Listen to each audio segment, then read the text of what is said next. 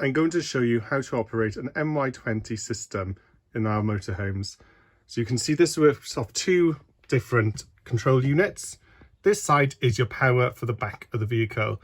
Press the on button, which is this white square here, and you can see it does its thing and then it comes on.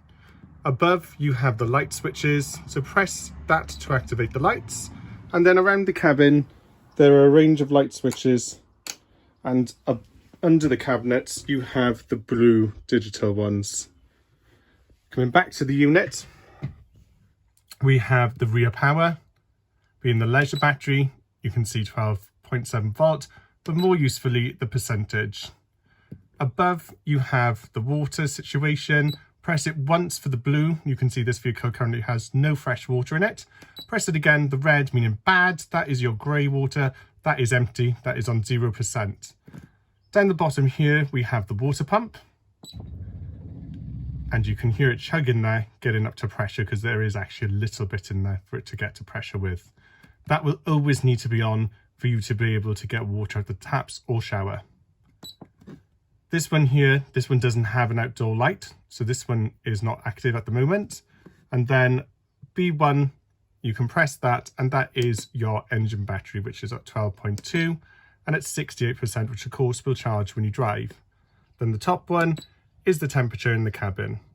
It's been a hot day. Over to this one here, which is your hot water and your heating system. It is the Truma iNet.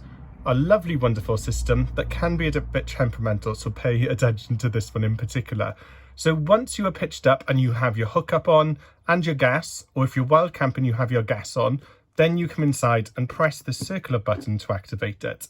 You can see flashing there is the vehicle with a thermometer in it. That is your heating, so I'm going to click it, and then I'm going to turn it, and I'm going to put it up on full whack so we can hear what it does.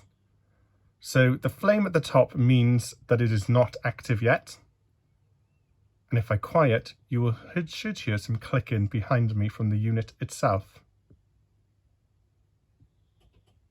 If you could hear that, there was a double click, and now you can see the flame is flashing. That means it is working on the temperature, so it will get up to the 30 degrees eventually.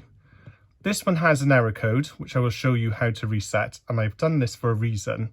So, as I said, it can be temperamental. This one is a W, which should mean the window.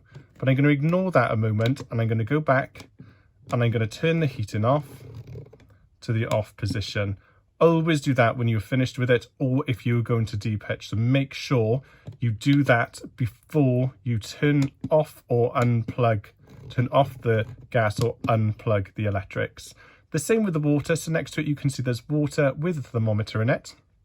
You press down, and then eco is useless, hot is okay, but boost is your best bet. You click it, boost will heat usually in around 20 minutes, and then it will go on to hot and keep the tank hot for up to an hour, and then it will turn off.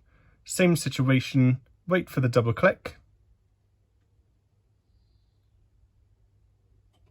and there it is.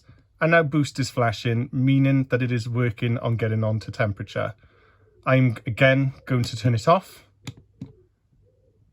So I'm going to go back to the water, and that error code has come up because that means the window is open above the coil, which basically just means it doesn't want air going to blow out the flame. Here you have your, turn this off. Here you have your gas and your electric. So if you're on a campsite, you're going to click in here, and you can see it's currently set to gas, which we preset it to. Mix 1 and 2 is if you're on a site that does not have good electric source, and we have found this a lot recently. So this will just use the electric and have it on mix 2 for good electric, and then the gas.